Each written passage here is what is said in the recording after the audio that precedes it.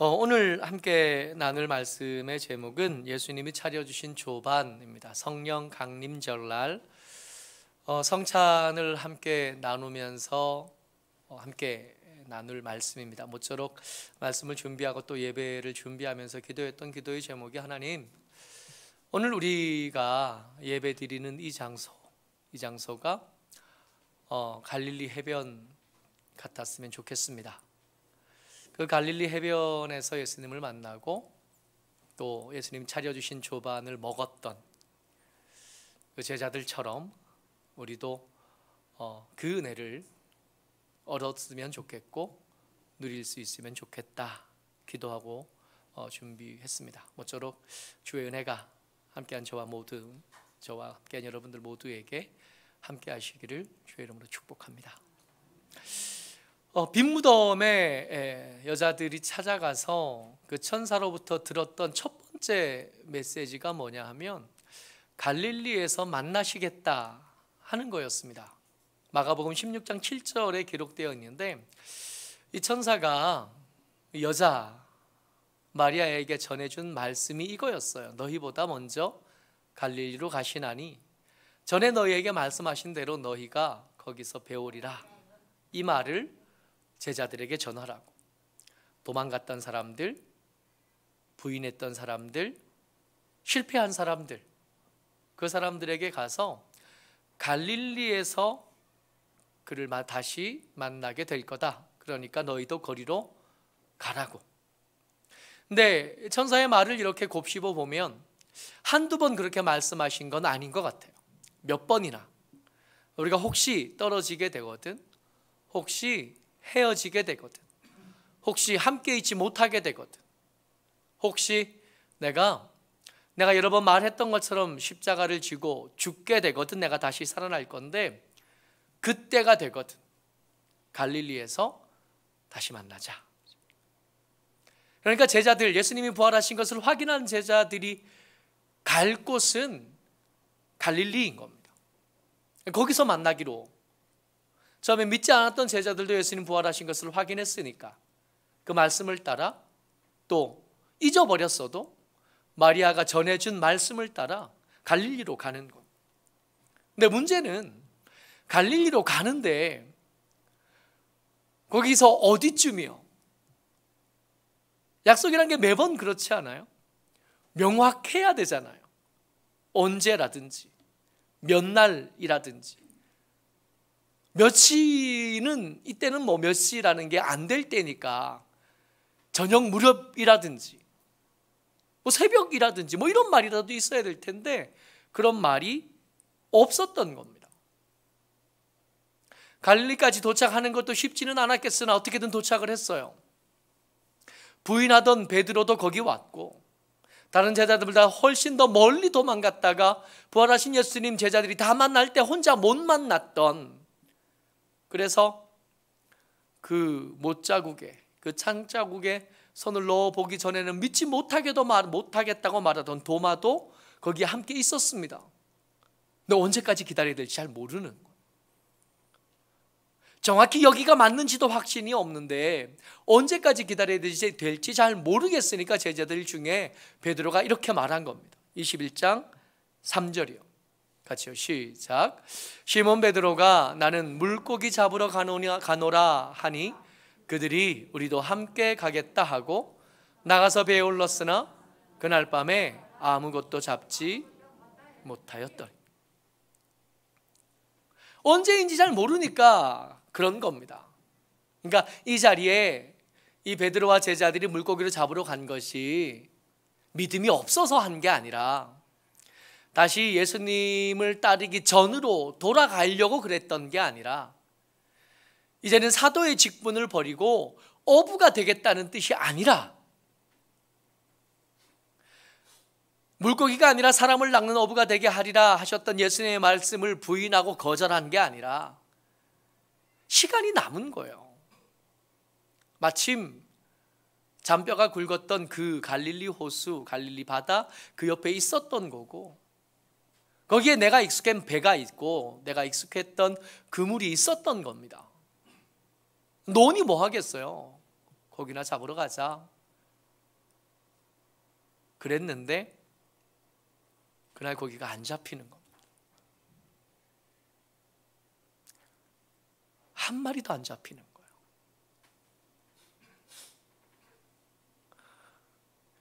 지금 여기 있는 사람들 중에 적어도 4명은 굉장히 능숙한 어부입니다.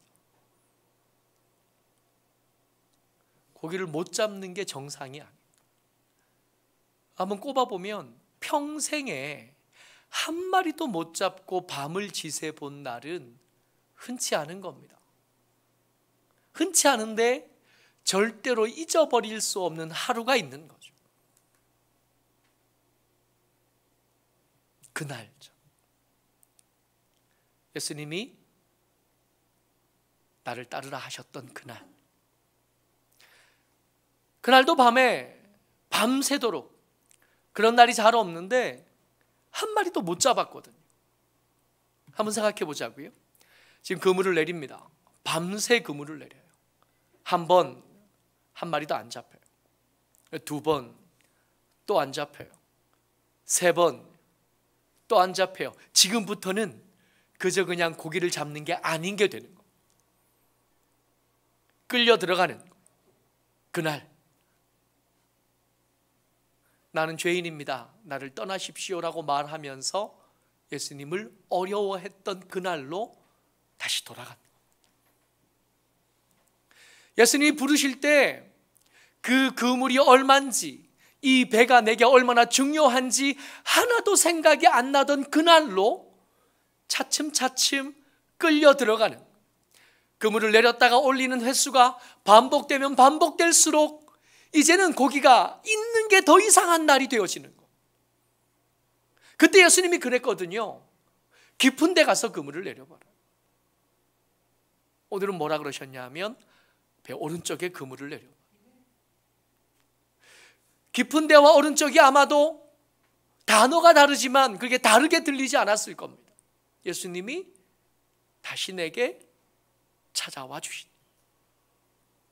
내가 잊어버렸던 그 사랑, 내가 잊어버렸던 그 특별한 고백들이 다시 그 속에서 용솟음 치듯이 솟아오르는,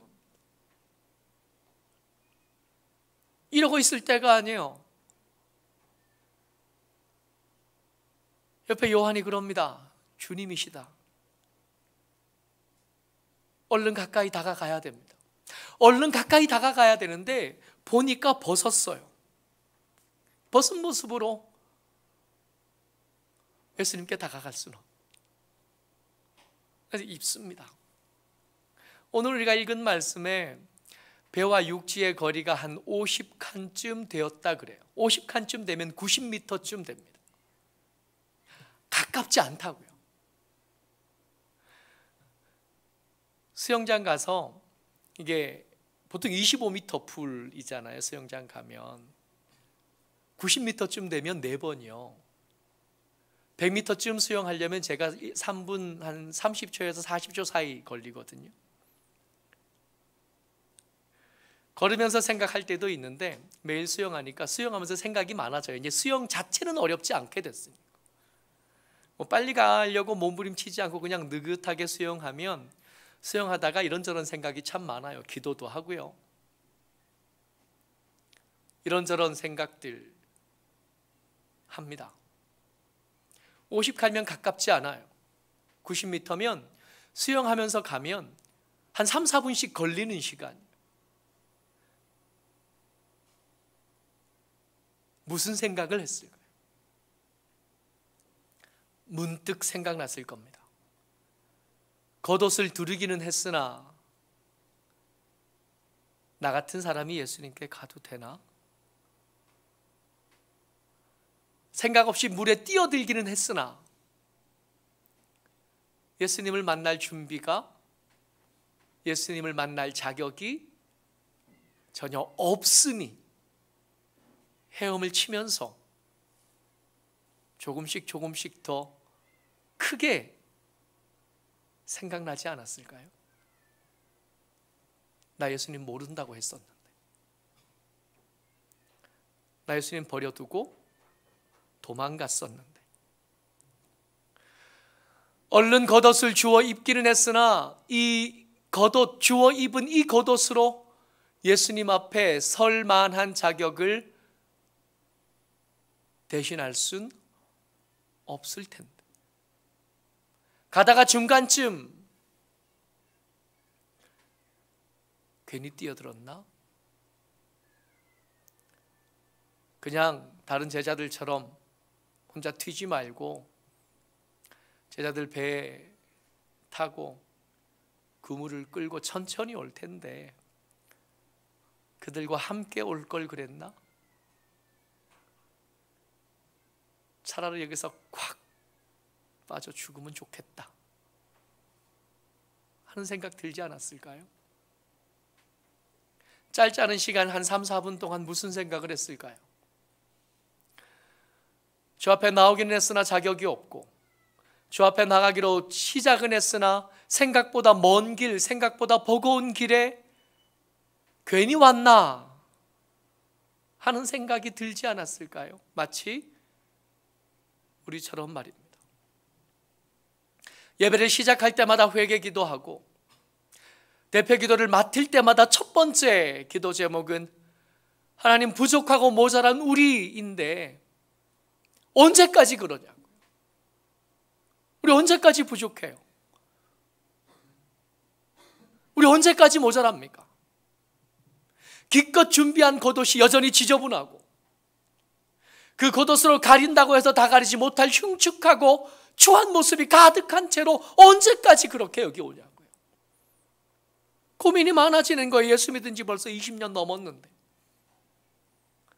예수 믿고 난 뒤에 여러 가지 사건들도 있었고 여러 가지 간증들도 있었고 여러 가지 감격적인 순간들이 많았고 그 순간들을 거쳐서 여기 왔는데 그때보다 내가 지금 나아진 게 있는지 고민되는 거예요. 게다가 오늘 성찬식이에요. 이 성찬을 과연 내가 받아도 되는지, 성찬을 할 때마다 반복되는 멘트가 있잖아요. 죄 가운데 있는 사람들은 받지 않는 것이 좋으며, 이 성찬을 내가 받아야 되는지 받지 말아야 되는지 고민이 많아지는요. 어쩌록 좋아요. 여러분들과 제게 지금 필요한 거 뭐냐 하면 이 베드로처럼 좀 뻔뻔해질 필요가 있어요. 뛰어들어야 돼. 다가와야 돼. 왜 와야 되냐 하면 혹시 책망을 듣는 한이 있어도요, 혹시 그곳에 가서 면박을 당하는 한이 있어도 예수님께서 야, 너 전에 왜 그랬냐 하는 그 말씀을 듣는 한이 있어도 거기 가야 누릴 수 있는 게 있어서 그래요. 딴 데서는 절대로 얻을 수 없고 누릴 수 없는 것이 그 육지에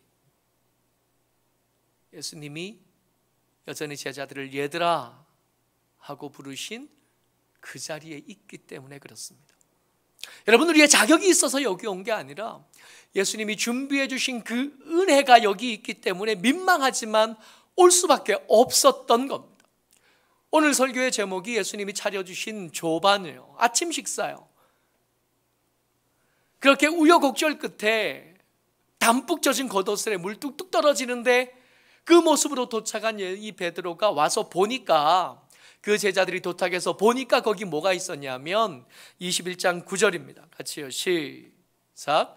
육지에 올라보니 숯불이 있는데 그 위에 생선이 놓였고 떡도 있더라. 먼저 우리가 주목해야 되는 것이 숯불입니다. 이 베드로에게는 이 숯불이 트라우마예요. 상처를 자극하는 것, 내 실수와 실패를 기억나게 하는 것입니다. 왜 그러냐 하면 다른 복음서에서는 다른 단어를 썼는데 유독 요한만 베드로에게 주님이시다 라고 말했던 그 제자만 유독 21장 9절에 등장하는 숯불과 18장 18절에 등장하는 숯불을 같은 단어를 써요.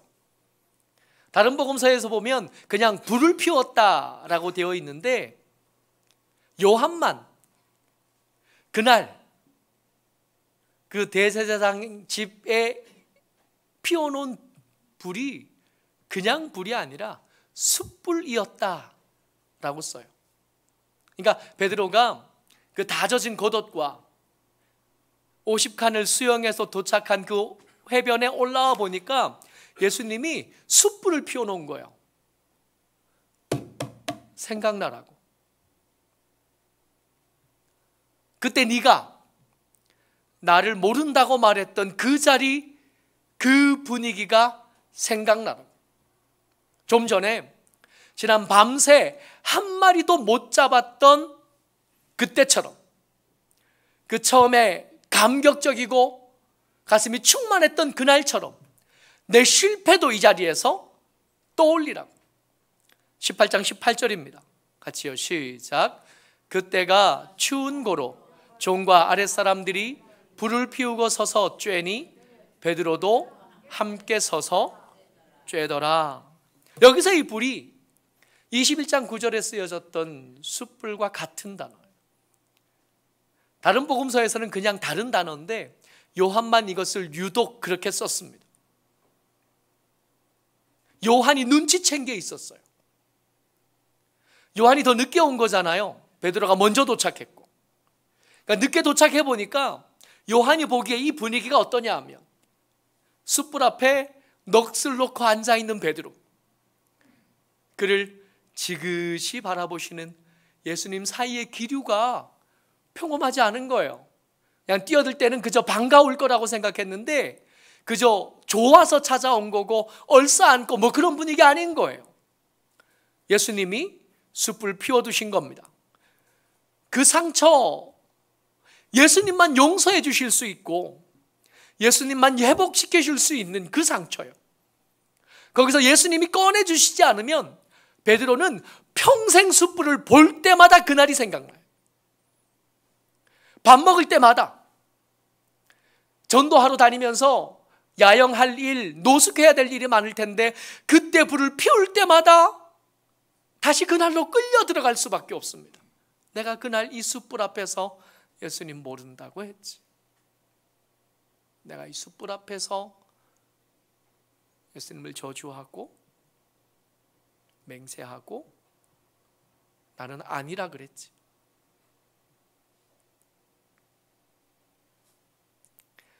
이 베드로에게 숯불은 평생 벗어나지 못할 함정 같은, 근데 이 숯불이 가끔 볼 수 있는 한 숯불이면 좋은데 그렇지 않은 거예요.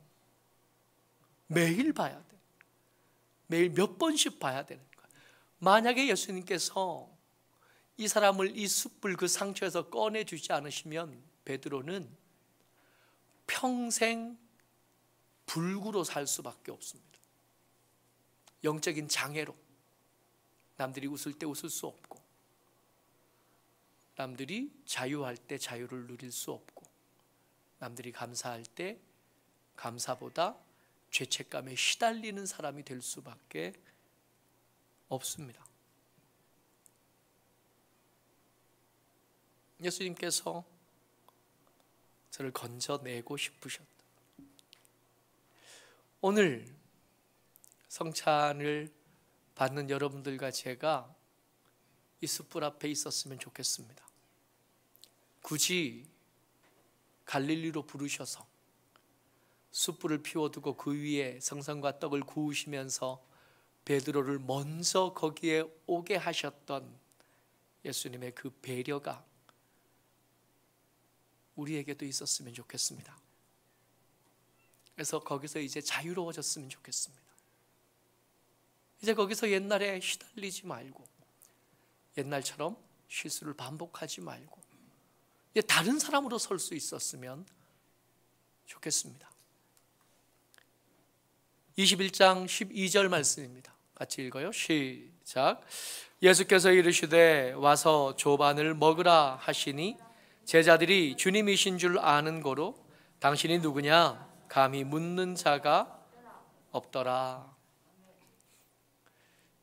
그 자리에 왔으면 베드로야 너 그때 왜 그랬냐 하실만 하잖아요.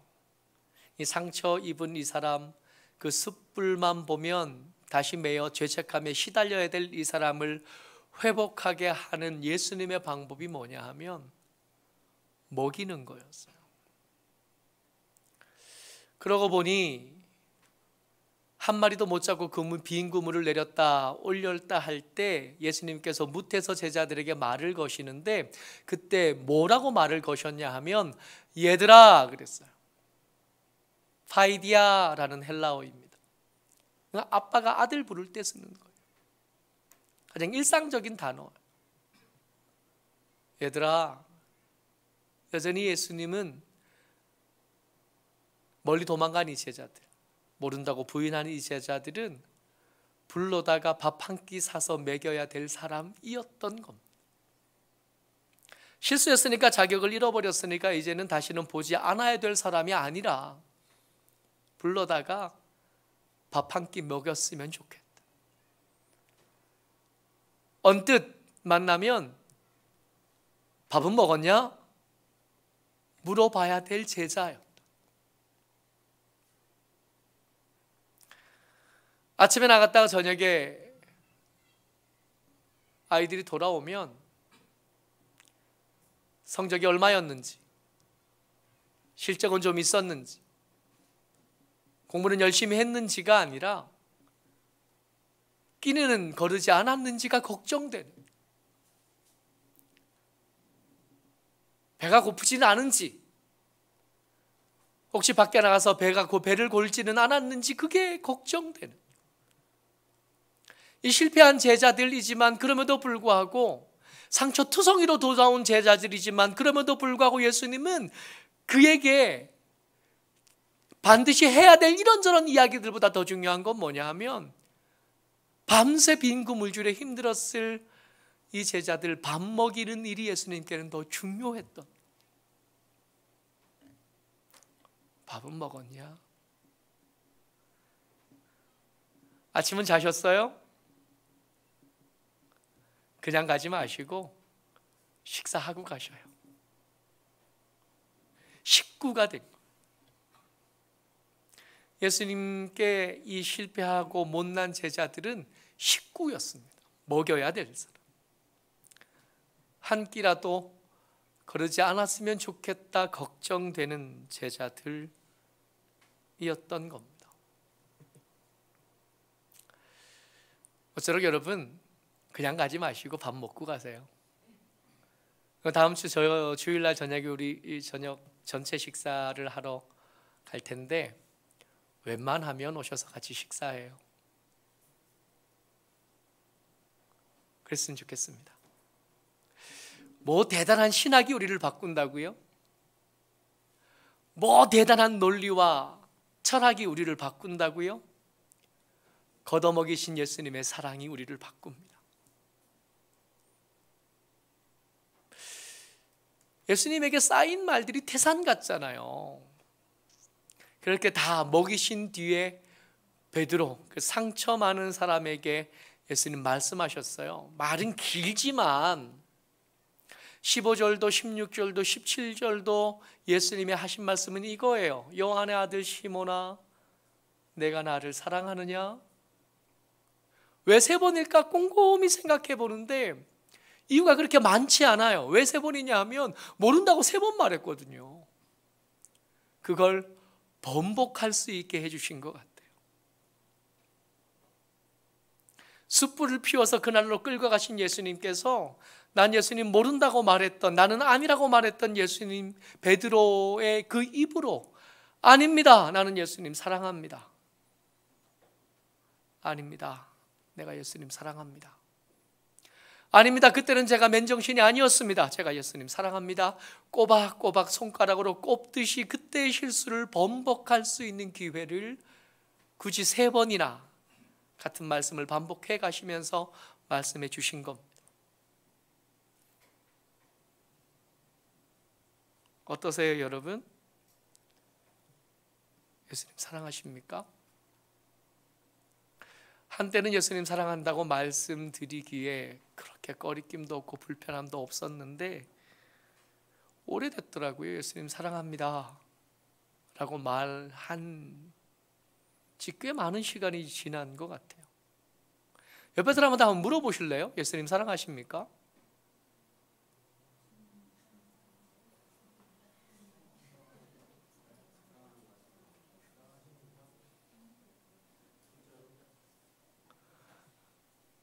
그냥 하는 말이 아니라 한 번 더 물어보자고요. 예수님 사랑하십니까? 호영아, 아버지한테 물어봐. 예수님 사랑하셔요? 그러니까 왔지. 이건 말해야 알아요? 말해야 알아요. 그러니까 우리 여기 왔죠. 예수님 안 사랑하면 여기 왔겠어요. 이 날씨 좋은 날, 날씨가 얼마나 좋은지. 그렇지 않아요? 갈 데가 없는 게 아니에요, 우리가. 물론 오라는 사람은 많이 없지만 갈 데는 많아요. 괜히 여기 온 게 아니죠. 말해야 합니까? 네. 우리가 함부로 산 시간만큼 말씀드려야 하십니다. 예수님이야 왜 모르시겠습니까? 많은 함부로 산 시간들이 우리를 그 앞으로 다가가지 못하게 했었거든요. 이걸 덮으려면 말해야 됩니다. 3번이나 물어보시니까 얼마나 불안했겠어요. 3번이나 물어보시니까 얼마나 힘들었겠어요. 걱정스럽고 내 숨겨둔 그 악한 것들을 다시 좀 또 들켰나 하는 불안함이 왜 없었겠어요. 그런데 그걸 아시는 주님께서 굳이 꼬박꼬박 손가락으로 꼽아가면서 끝까지 물어보신 겁니다. 너 나 사랑하냐? 말해야 돼요. 예전에 틀렸던 것들을 번복하려면 말해야 됩니다. 사랑한다고 말씀드려야 돼요. 주춤할 수밖에 없고 더듬거릴 수밖에 없지만 말해야 돼요. 사랑합니다, 예수님. 여러분, 그날 그 예수님 모른다고 말하던 그날 그 전에 베드로가 뭐라 그랬냐면 나는 죽는 데까지도 예수님 따라가겠습니다 그랬거든요. 그랬다가 죽는 데는커녕 숯불 앞에서 모른다 그랬잖아요.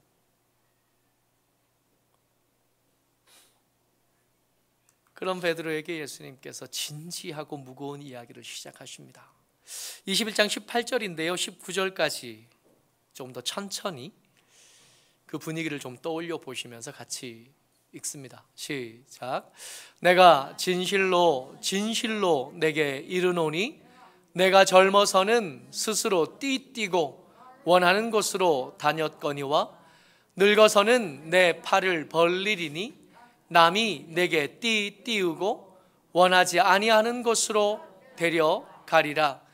이 말씀을 하심은 베드로가 어떠한 죽음으로 하나님께 영광을 돌릴 것을 가리키심이로라. 이 말씀을 하시고 베드로에게 이르시되 나를 따르라 하시니.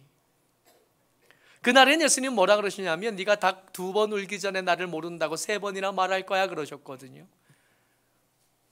이제 바뀌었어요. 예수님의 말씀이 바뀌었습니다.